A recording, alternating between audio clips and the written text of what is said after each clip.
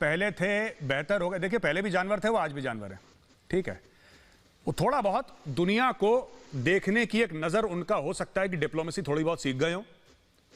वो पहले भी उन्होंने अभी नोटिस जारी करा है कि 15 साल से जितनी बड़ी लड़कियां उनको जमा करिए, ठीक है। तो तालिबान बदल गया है, ये दूसरा तालिबान। हाँ, दुनिया को देखने की नजर, दुनिया के साथ एंगेज कैसे करना है, डिप्लोमेसी कैसे करनी है, वो तालिबान शायद सीख गया हो 20 साल में टोरा बोरा की गुफाओं में और इस्लामाबाद के सेफ हाउसेज में ऐसा ही के।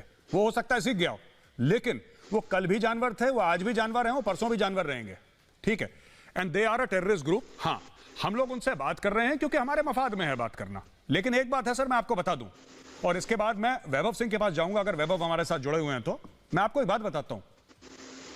आप लोगों ने तालिबान को धोखा दिया है, भारत ने कभी किसी को धोखा नहीं दिया सर। आप लोगों ने तालिबान को धोखा दिया, आपने उनके लीडरों को जेल में डाला अमेरिकन डॉलर्स के एवज में। अमेरिका ने बोला ये लो बेटा पैसे, आपने बोला लो तालिबान, ठीक है। आपने अपने शहरियों को जेल में डाला। मुशर्रफ की किताब है in the line of fire, आप पढ़िए, आपको पता लग जाएगा, सब कुछ साफ साफ सामने है। तो मेरा कहने का मतलब है कि ठीक है, इंडिया ने नदर्न अलायंस को पैसे दिए हैं, इंडिया ने हथियार दिए हैं, इंडिया ने सब कुछ करा है, लेकिन इंडिया ने जो करा है सामने करा है, इंडिया ने धोखा नहीं दिया। आपने घर आए मेहमान को जेल में डाल दिया सर। फर्क होता है, ये विदेश नीति है। जैसा मैंने बोला था ना ओपनिंग में, ऐसा कोई सगा नहीं जिसको पाकिस्तान ने ठगा नहीं। वैभव, मैं आपके कमेंट्स चाहता हूं उस पे कि किधर जा रहे हैं, क्या मामला चल रहा है इनका। देखिए, मामला कुछ नहीं चल रहा है। कहते हैं कि ना बाप बड़ा ना भैया, सबसे बड़ा रुपया। ये पाकिस्तान की थ्योरी है जिससे पाकिस्तान चलता है।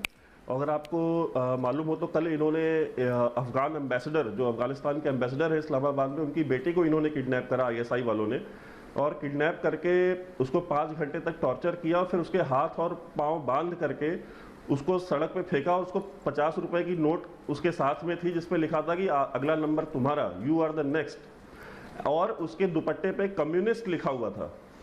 इन्होंने कम्युनिस्ट लिखा और फेंक दिया उसकी बेटी को। तो ये इस तरह की ओछी हरकतें करने वाले मर्दे मोमिन हैं पाकिस्तान के। और देखिए, एक बात हमको ये भूलनी नहीं चाहिए कि तालिबान की जो कुल स्ट्रेंथ है, total number of Taliban fighters in Afghanistan is 70 और 75,000। 70 से 75 हज़ार कुल तालिबान हैं अफगानिस्तान के अंदर। और टोटल नंबर ऑफ जो अफगान फोर्सेज हैं, जो अफगान आर्मी है, वो 3 लाख है।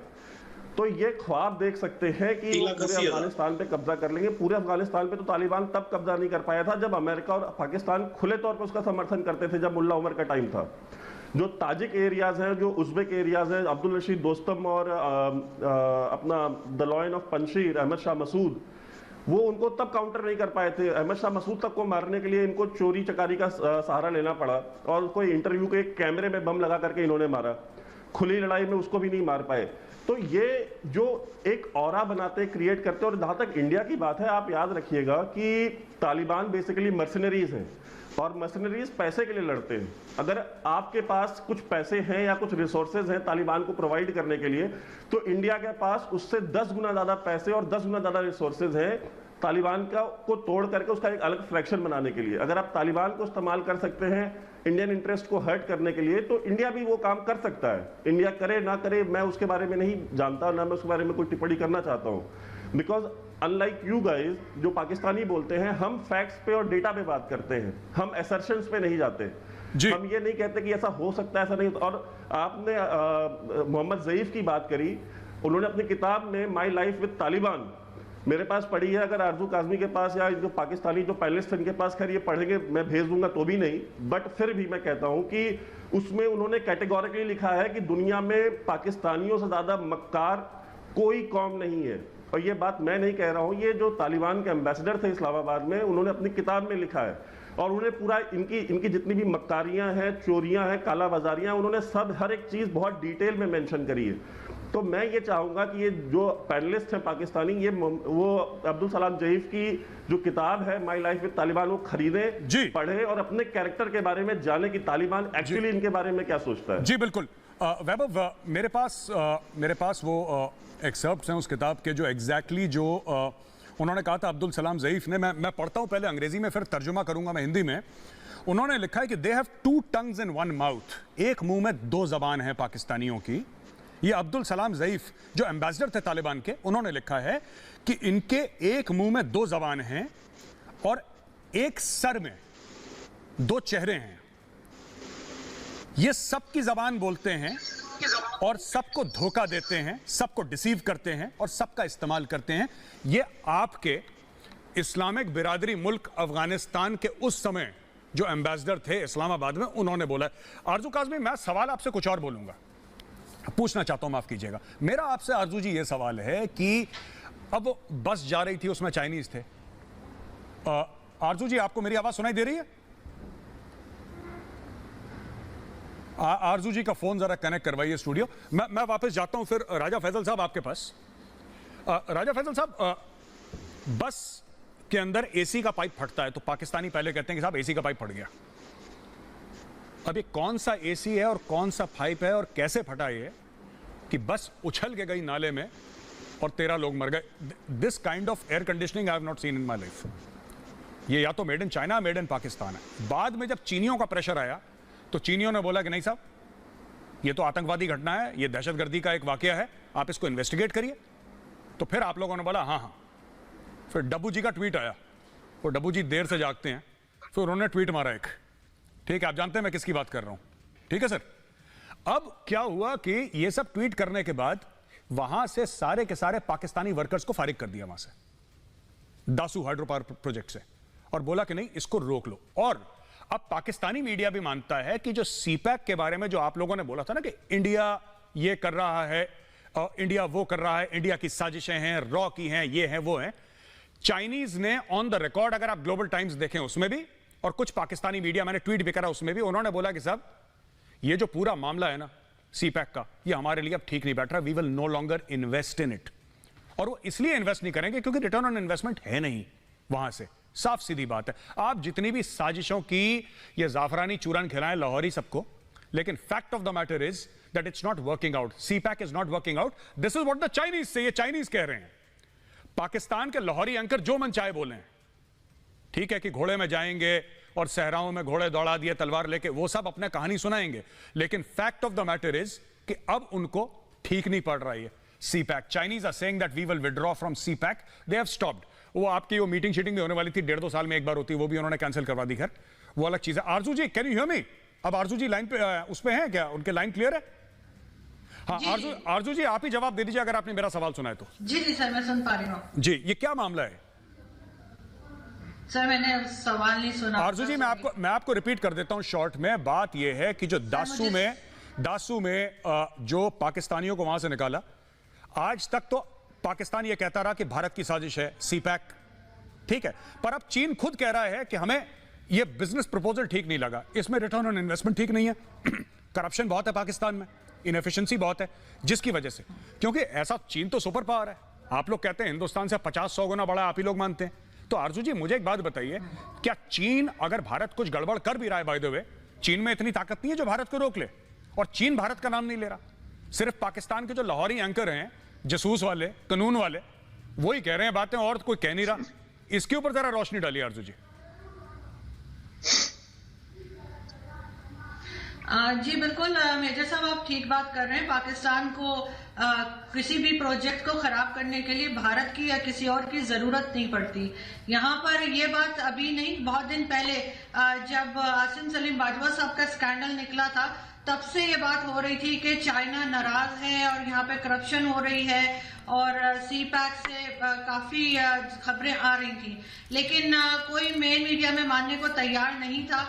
और अब फाइनली ये हुआ है कि जैसे ही उन्होंने, आपने खुद भी सुना कि शाहजेब खानजादा ने भी कहा अपने शो में कि कई प्रोजेक्ट्स बंद कर दिए हैं, पाकिस्तानी वर्कर्स को निकाल दिया गया है और आगे बात करने के लिए चाइना तैयार नहीं है। पहले जो बम में जो बस में उनके ब्लास्ट हुआ था, उसके ऊपर भी पहले इन्होंने कहा कि ये एक्सीडेंट था, बाद में ऐसा करके मान गए कि कोई टेरर अटैक था।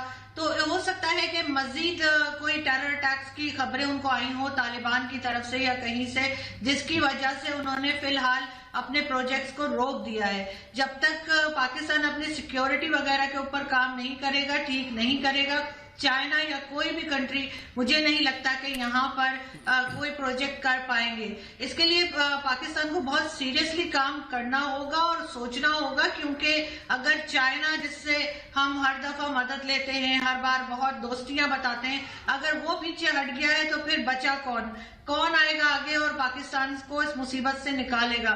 इसके ये लोग खुद जिम्मेदार हैं और इन्होंने इतनी ज्यादा लापरवाही की है और करप्शन इतनी हुई है कि जिसकी वजह से चाइनीज भी नाराज हैं और इनके साथ ठीक से बात नहीं कर रहे। जैसे आपने अभी कहा भी कि 2 साल के बाद जो इनकी मीटिंग्स होती हैं वो तक कैंसिल कर दी गई हैं। लेकिन अब देखना ये है कि ये किस तरह से इस चीज को संभालते हैं, क्योंकि एक हद होती है, करप्शन की भी एक हद होती है कि जब वो रिटर्न ही नहीं मिलेगा तो चाइना हमारा दोस्त नहीं है, चाइना हमारे साथ बिजनेस कर रहा है। और कोई भी बिजनेसमैन होगा या कोई भी जो बिजनेस करेगा, चाहे इंडिविजुअल हो चाहे कंट्री हो, अगर उसको रिटर्न नहीं मिलेगा तो वो अपना काम रोक देगा और अपनी चीजें वापस उठा लेगा। ये चीज इनको समझनी होगी। दोस्ती कंट्रीज में दोस्ती नहीं होती, सिर्फ और सिर्फ बिजनेस होता है। जी बिल्कुल, बढ़िया बात करी। मफाद का खेल है, प्यार मोहब्बत दोस्ती का नहीं है। पाकिस्तान को तो मैं शुरू से ही कह रहा हूं कि फॉरेन अफेयर और लव अफेयर के बीच में पाकिस्तान को फर्क ही नहीं पता, वो सब दोनों को एक ही जैसा मानते हैं। पंडित जी, मैं आपसे बात करना चाहता हूं सर। कई समय से ये अपने ना ये लाहौरी जाफरानी एंकर जितने भी हैं ना, ये जसूस वैरायटी, ये लोग कहते हैं साहब टीटीपी को तो रॉ फंडिंग करती है, टीटीपी को तो इंडिया फंडिंग करती है, ये धमाके। अब एक क्लोज डोर पार्लियामेंट्री सेशन हुआ जिसको ब्रीफ करा पाकिस्तानी फौज ने, और पाकिस्तानी फौज ने यहां तक बोल दिया कि साहब अफगान तालिबान और तहरीक तालिबान पाकिस्तान विच इज पाकिस्तानी तालिबान, इसमें कोई फर्क नहीं है, दे आर द सेम। उन्होंने बोल दिया पाकिस्तानी फौज ने। अब ये जितने भी लाहौर वैरायटी हैं ये सब हो गए कंफ्यूज कि साहब अभी तक तो हम बोल रहे थे कि भारत करवा रहा है धमाके, ये तो कह रहे हैं सेम लोग हैं। ये पहली चीज मैं आपको देना चाहता हूं। मैं आपसे सवाल कुछ और पूछना चाहता हूं, आपकी नजर भी रहती है सब कॉन्टिनेंट पे सुशील जी। मैं आपसे ये पूछना चाहता हूं कि ड्यूरैंड लाइन को तो अफगान जो है वो रिकॉग्नाइज नहीं करते, ठीक है? ड्यूरैंड लाइन को अफगान रिकॉग्नाइज नहीं करते। वो कहते हैं कि ग्रेटर पश्तूनिस्तान का हिसाब है, पूरा खैबर पख्तूनख्वा, ये सब गिलगिट बाल्टिस्तान का सारा एरिया हमारा है, ये पाकिस्तान का तो है ही नहीं। गिलगिट बाल्टिस्तान में आ भी गए, कचहरियां लगा दी साहब, वहां पे जिरगे हो रहे हैं इनके, वहां पे पैम्फलेट का डिस्ट्रीब्यूशन हो रहा है खैबर पख्तूनख्वा पे। अब पाकिस्तान की सोवरेनिटी कहां गई? इकोनॉमिक सोवरेनिटी तो पहले बेच खाए चाइना को, अब ज्योग्राफिकल जो सोवरेनिटी थी वो भी गंगा जी में बहा दी इन लोगों ने। इसके बारे में जरा आपका क्या तर्जिया बताइए जरा।